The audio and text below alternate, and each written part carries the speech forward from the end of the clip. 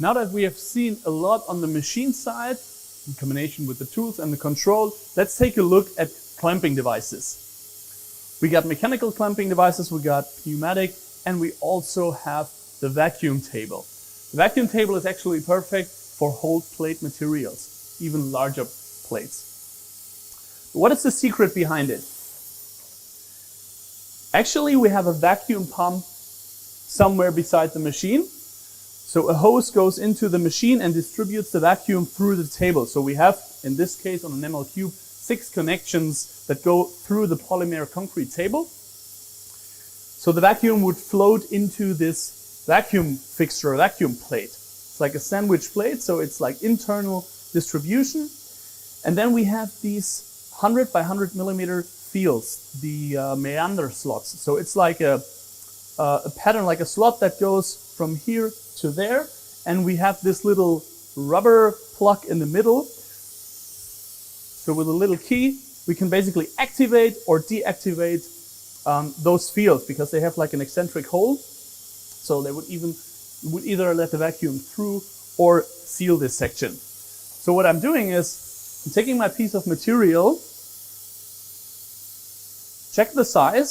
So I would approximately open the same size as my material is. This would be like roughly 200 by 200. So I've opened 4 of these plugs. Now before I put the plate on the table,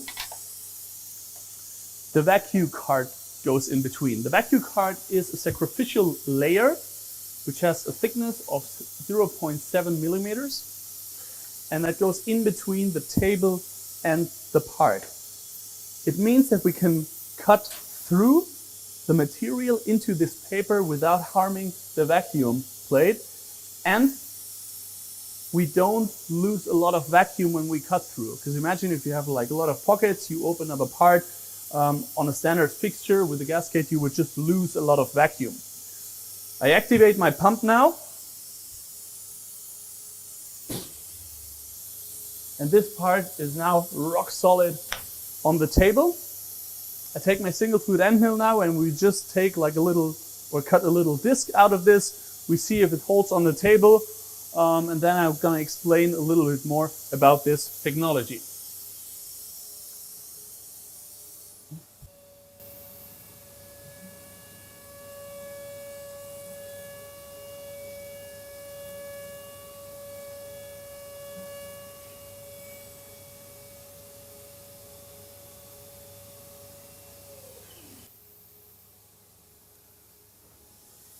All right, now that we have cut through this part, let's just see how it holds on the table. So I'm not able to move this from the table, but I can feel with the palm of my hand the effect of the vacuum.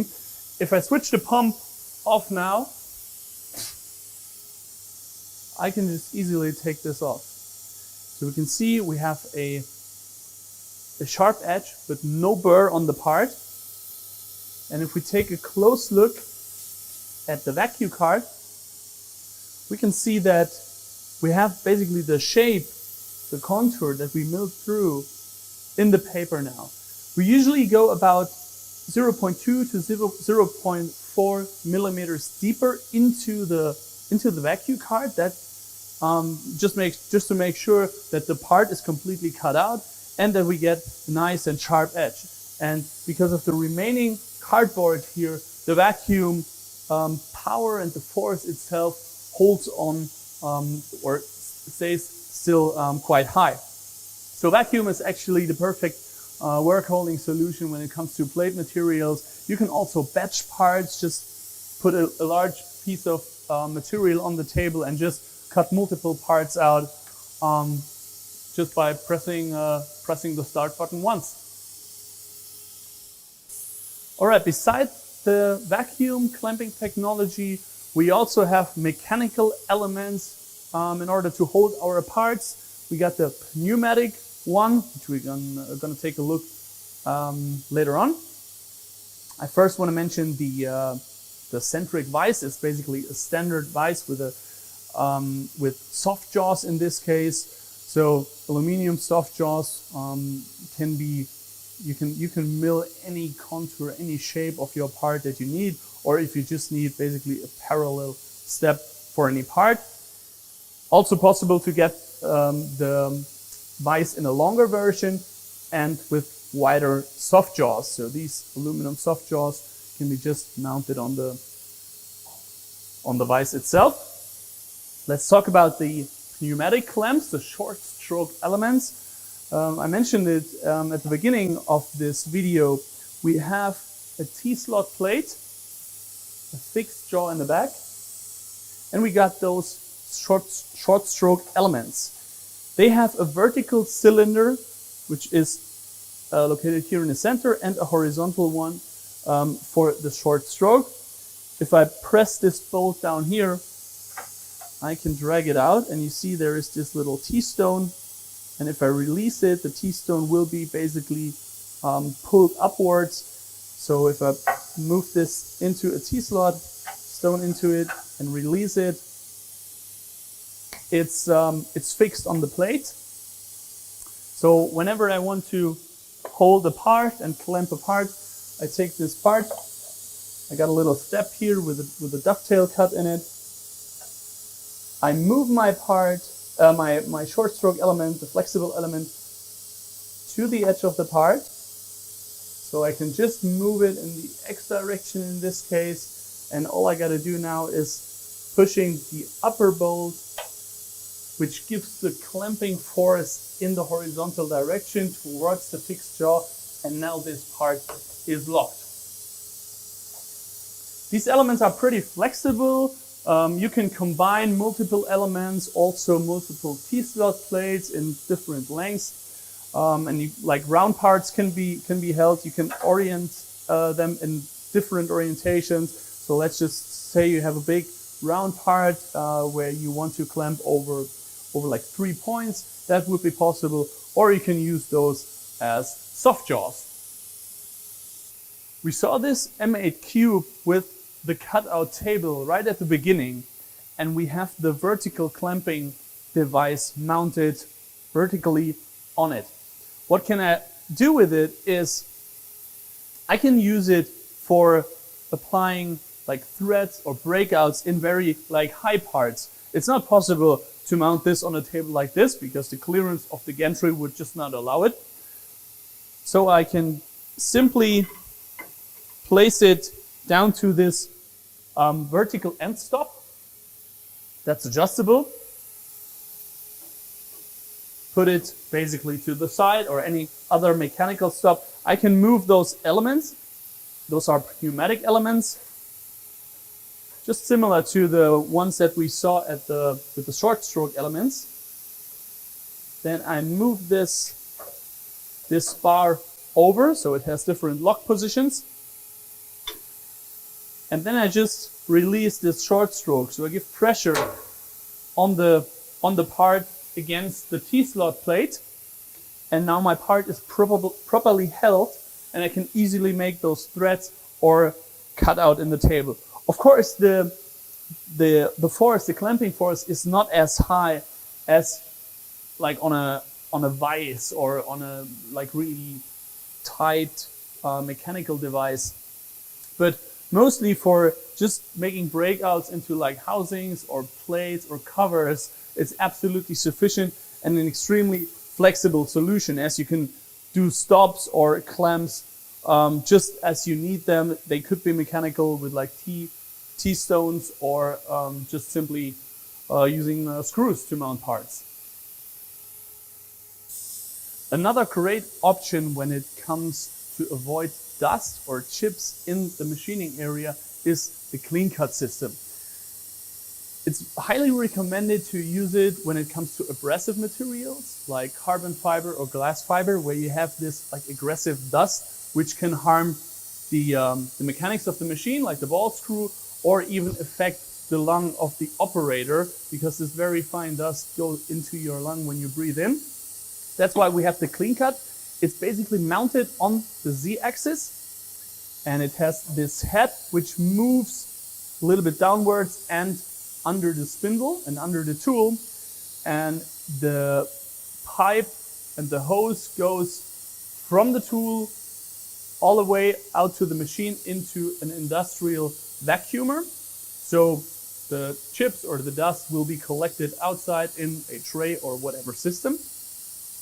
I will now just move the head down and just explain a little bit more how it works. Close the door.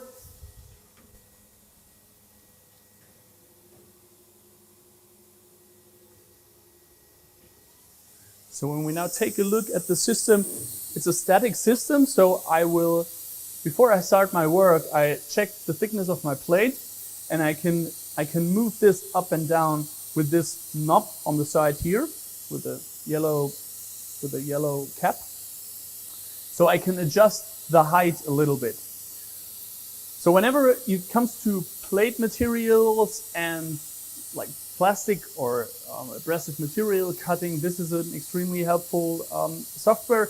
The deeper you go, the less suction power the system has, because there is just the airflow is getting less, or the power which pulls on the chip is getting less the deeper you go. So if you have like big pockets of, let's say, 20 millimeters, the efficiency will go down. But if you have thin materials, absolutely a great add-on for the machines. And let's take a look how it works when we cut the pocket into this plate.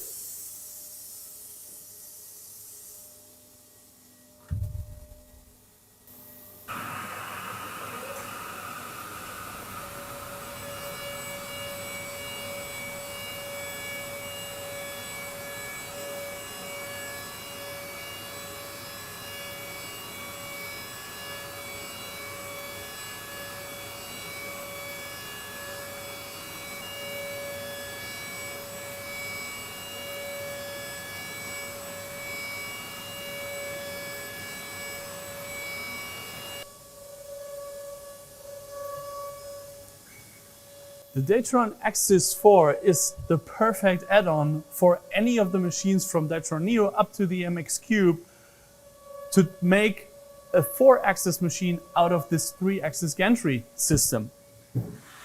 It comes with optionally different clamping systems. We have a 3-jaw vise for round stock material now in the machine with a tailstock. You can also use a centric clamp just to get like straight parts like plate material in. The machine can both perform simultaneous movements as well as indexing. So simultaneous is what we currently see. All axes are interpolating at the same time, inclusive the A axis, the rotation axis. Indexing would just be going into one angle, then making a feature in 3 axis, repositioning with the rotation axis. I just stopped this program quickly so we can get a closer look.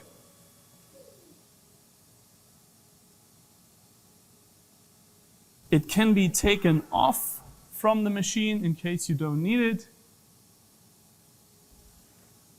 So it's just like any other clamping system. It's just bolted down on the table. And as you can see in this setup, we even have half the table with vacuum equipped. So that is actually a perfect solution to expand the capabilities of the machine. And on a lot of parts, even where you would think that it is a 3-axis part, and you just have to clamp it a couple of times in a vise, should be worth to consider to do it on the 4th, where you can just do multiple angles, multiple sides at a time, top and bottom, and then just facing off the rest material. Definitely a great add-on for all the machines.